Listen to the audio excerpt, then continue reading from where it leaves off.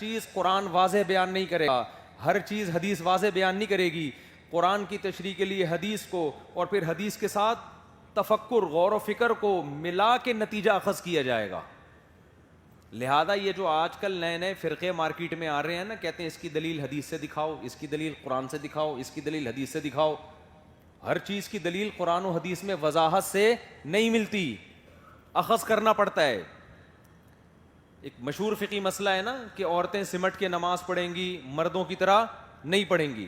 اس پہ لوگ ہم سے صبح شام پوچھتے ہیں حدیث دکھاؤ کہ کہاں لکھا ہے کہ عورت سمٹ کے پڑھے گی اور مرد چوڑا ہو کے پڑھے گا, فرق دکھاؤ حدیث.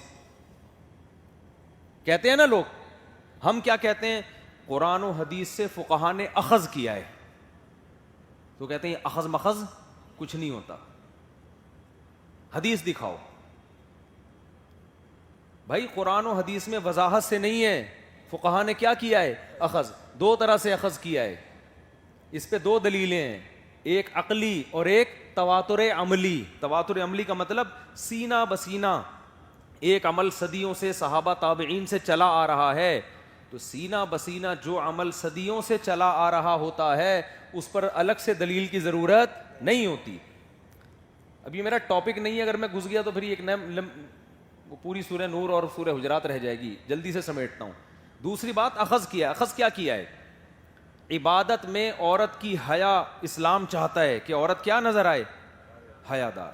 مثال کے طور پر فقہا نے دیکھا کہ حج میں عورت کو صفا اور مروہ میں دوڑنے سے منع کیا گیا ہے, حالانکہ کوئی حدیث نہیں ہے ہمارے پاس جس میں منع کیا گیا ہو. کوئی ایک حدیث ضعیف دکھا دو جس میں نبی نے حکم دیا ہو کہ صفا اور مروہ میں عورتیں کیا کریں گی, دوڑیں گی. نہیں دوڑیں گی, چلیں گی. ہمارے پاس ایسی کوئی حدیث نہیں ہے. پھر بھی تمام صحابہ, تمام تابعین, چاروں ائمہ کہتے ہیں دوڑے گی نہیں بلکہ چلے گی. تواتر عملی, صحابیات تابعیات سب ایک دوسرے کو دیکھتے آ رہے ہیں. بھائی آج تک کسی سے دوڑنا ثابت نہیں ہے, بس دوڑنا ثابت نہیں ہے یہ کافی ہے اس بات کے لیے کہ چلیں گی وہ, کیونکہ حیا عورت کی کس میں ہے, دوڑنے میں یا چلنے میں. منہ سے میں بول رہا ہوں پھوٹنا پڑے گا, سمجھ رہے ہو.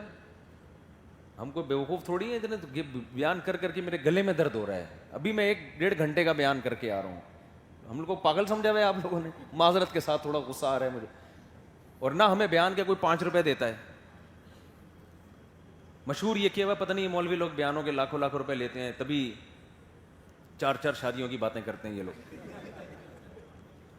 تو گلا درد کر رہا ہے, نیند بھی پوری نہیں ہوئی ہے, تو اس لیے پھر آگے سے رسپانس نہیں آتا نا, پھر غصہ آتا ہے آدمی کو. تو چلنا کہ یہ کوئی دکھائے گا نا کہاں لکھا ہے کہ, تو جب کوئی آپ سے پوچھا کرے نا کہ عورتیں سمٹ کے نماز پڑھیں گی اس پہ حدیث دکھاؤ, آپ اس سے کہا کریں عورتیں صفا میں چلیں گی دوڑیں گی نہیں, اس پر کیا دکھا دو, حدیث. اس کے بعد وہ قیامت تک آپ سے کبھی بھی بات چیت نہیں کرے گا. پھر وہ جواب میں کہے گا نبی نے, وہ حدیث کیا دکھائے گا, وہ کہے گا نبی نے فرمایا صلو کما رأیتمونی اصلی, ایسے نماز پڑھو جیسے میں پڑھتا ہوں. تو یہ مردوں کو بھی ہے عورتوں کو بھی ہے, آپ فوراً کہہ دیں حدیث میں جیسے یہ آتا ہے کہ ایسے نماز پڑھو جیسے میں پڑھتا ہوں, تو حدیث میں یہ بھی تو ہے ایسے حج کرو جیسے میں کرتا ہوں. خذوا عنی مناسککم, حج کا طریقہ مجھ سے سیکھو, جیسے جیسے کر رہا ہوں ایسے ایسے کرو. تو آپ تو دوڑے تھے, تو عورتوں کو بھی دوڑواؤ. آپ کیا کہو گے, بھائی نا نا نا, عملاً تواتر یہ ہے کہ عورت چلے گی. کیوں, عبادت ہے, عبادت میں عورت کی حیا جھلکنی چاہیے. اسی وجہ سے چاروں ائمہ متفق ہیں, امام ابو حنیفہ, امام مالک, امام شافعی, احمد ابن حنبل جو امام بخاری کے استاذ ہیں. لوگ کہتے ہیں ہم امام بخاری کا حوالہ دے رہے ہیں, ہم امام بخاری کے استاذ کا حوالہ دے رہے ہیں. وہ جنید جمشید والا لطیفہ یاد آ جاتا ہے مجھے. جنید جمشید کے بھائی آئے مجھ سے ملنے کے لیے, ہمایوں جمشید ہے نا, ہماری مسجد میں آ کے بیٹھے. میں نے ٹائم دیا ہوا تھا, میں مارکیٹ سے شارٹ چل رہا تھا, ٹائم دیا تھا میں نے, لیکن میں نے کسی کو ذمہ لگا دیا جیسے ہی آئے مجھے بتا دے. تو وہ مجھے تلاش کرنے لگے, میرے بڑے بھائی مل گئے ان کو نہیں پتا تھا میرے بڑے بھائی ہیں. تو مجھے کہنے لگے, ان سے پوچھنے لگے کہ مفتی طارق مسعود سے ملنا ہے. انہوں نے کہا ہاں بھائی فرمائیے کیا کام ہے. کہہ رہے ہیں آپ مجھے جانتے ہیں. میرے بڑے بھائی نے کہا نہیں جانتا. کہا میں جنید جمشید کا چھوٹا بھائی ہوں. چھوٹے بڑے بڑے بھائی, بڑا, میں جنید جمشید کا بڑا بھائی ہوں. میرے بھائی نے کہا آپ مجھے جانتے ہیں. کہ نہیں. کہا میں مفتی طارق مسعود صاحب کا بڑا بھائی ہوں. صحیح. تو جب کوئی آپ کے سامنے بھرم، وہ تو بیچارے ویسے ہی کہہ رہے تھے لیکن میں سمجھانے کے لیے، جب کوئی بھرم دے نا کہ میں ایس ایچ او ہوں تو آپ بولے میں ایس ایچ او کا باپ ہوں. اب وہ بھرم میں آئے گا.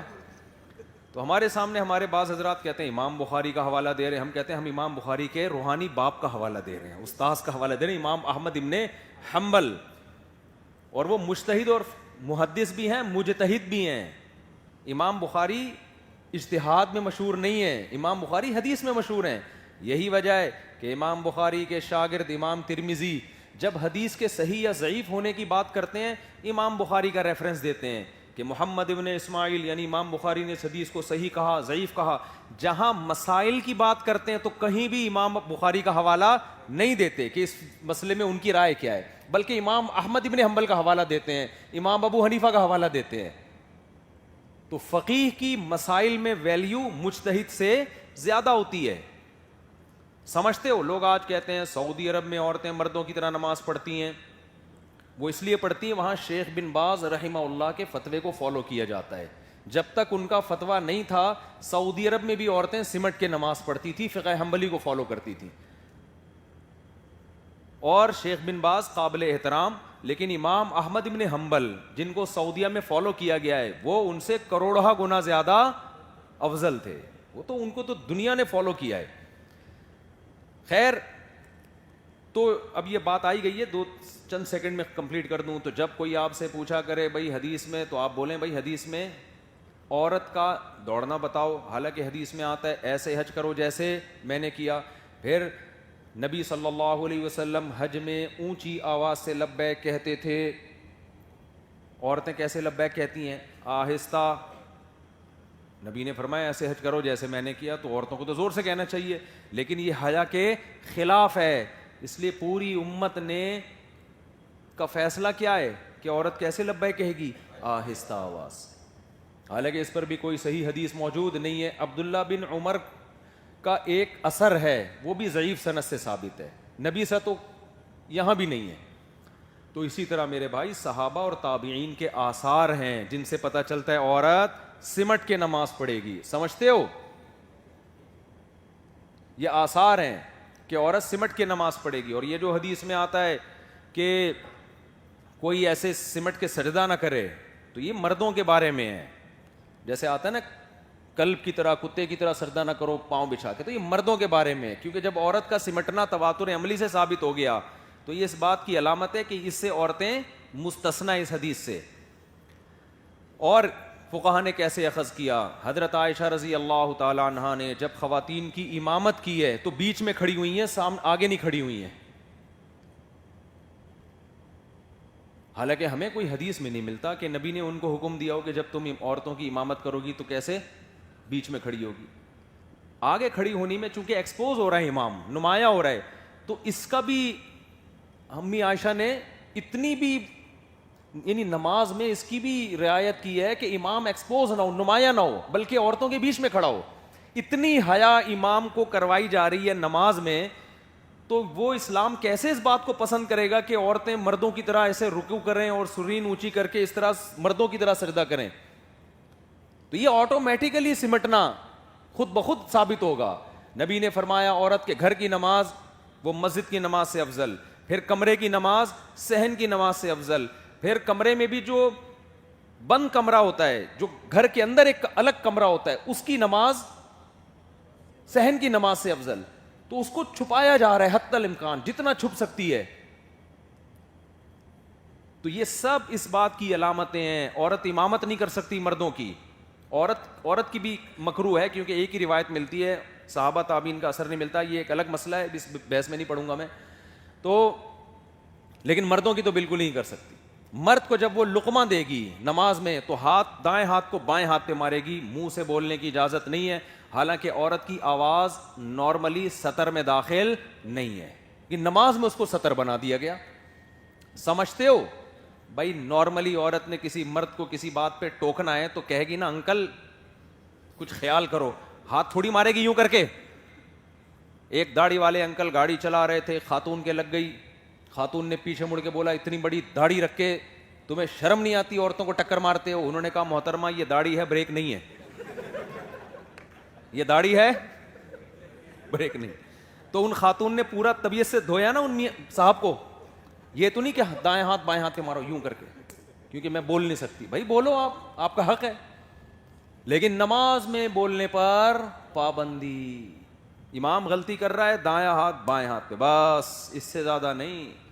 اس سے پتہ چلتا ہے عبادت میں احکام بہت سخت ہیں عورت کے لیے. اسلام اس کی حیا دیکھنا چاہتا ہے, اس لیے فقہا نے کہا سمٹ کے. اور صرف یہ ہوائی باتیں نہیں ہیں, تواتر عملی بھی ہے, اسلاف سے اسی طرح چلا آ رہا ہے. بڑے بڑے محدثین فقہا اسی کے قائل رہے ہیں, تابعین تبع تابعین سے تواتر کے ساتھ چلا آ رہا ہے. تبھی امام شافعی کی کتابوں میں بھی یہی لکھا ہے. حالانکہ امام شافعی تو وہ بھی امام بخاری سے زیادہ سینئر ہیں, وہ تو امام احمد بن حنبل کے بھی استاذ ہیں. تابعین کا زمانہ دیکھا ہے انہوں نے. امام ابو حنیفہ نے صحابہ کا زمانہ دیکھا ہے. امام مالک نے تابعین کا زمانہ دیکھا. یہ اتنے بڑے بڑے ریسرچر اپنی کتابوں میں لکھ رہے ہیں, کیا ان کو یہ حدیث معلوم نہیں تھی کہ ایسے نماز پڑھو جیسے میں پڑھتا ہوں؟ تو اس لیے ہماری رائے میں یہی ہے. تو اب چونکہ خواتین میں نا یہ بالکل مردوں کی طرح پڑھنے لگی ہیں, لیکن پھر بھی اختلافی مسائل میں شدت جائز نہیں. ہمارا مقصد کسی پہ طنز کرنا نہیں ہے, کسی مسلک کو برا بلا کہنا نہیں ہے, صرف یہ بتانا ہے کہ ہمیں جتنا قرآن و سنت سے خالی سمجھا جاتا ہے اتنے خالی ہم ہیں نہیں. جو الزام لگائے جاتے ہیں ان کو ابو حنیفہ کی اندھی تقلید, یہ قرآن و سنت کو نہیں مانتے, ایسا نہیں ہے بھائی, آپ سے زیادہ قرآن و سنت کو مانتے ہیں. تو ہم آپ پہ طنز نہیں کرتے, آپ کو جیسے سمجھ میں آتا ہے پڑھ لیں, لیکن آپ بھی تھوڑا سا اگلے کا احترام کریں. ابھی ایک ٹی وی چینل پہ انٹرویو دے رہا تھا, انہوں نے کہا کہ جی قرآن و حدیث سے یہ بات ثابت ہے کہ 3 طلاقیں ایک ہوتی ہیں, لیکن فقہ حنفی کیا کہتا ہے؟ میں نے کہا فقہ حنفی نہیں کہتا, تمام صحابہ کہتے ہیں 3 ہوتی ہیں. صحیح ہے نا. فقہ حنفی کو قرآن و حدیث کے مقابلے میں لانے کی کوشش مت کرو کہ حدیث تو یہ کہتی ہے فقہ حنفی یہ کہتا ہے.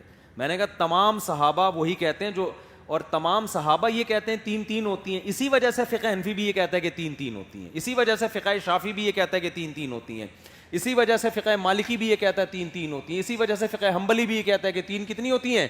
3 ہوتی ہیں. تو لفاظوں کا کھیل ہے آج کل مارکیٹ میں نا, صحیح ہے نا, اسی پہ فرقے بن رہے ہیں, اسی پہ لوگ گمراہ ہو رہے ہیں. تو خیر کیا بات چل رہی تھی, کہاں سے کہاں نکل لیے ہم. اچھا اب آخری بات بس اس ٹاپک کو کمپلیٹ کر کے, اب لوگ ہم سے پوچھتے ہیں کہ ٹھیک ہے مان لیا عورت سمٹ کے نماز پڑھے گی, تو یہ بتاؤ یہ کون سی حدیث میں کہ مرد یہاں ہاتھ باندھے گا عورت یہاں ہاتھ باندھے گی؟ یہ کون سی حدیث میں عورت رکوع میں دونوں پاؤں ملا لے گی اور سردے میں پاؤں بچھا لے گی اور سرین پہ بیٹھے گی؟ یہ کہاں لکھا ہوا ہے؟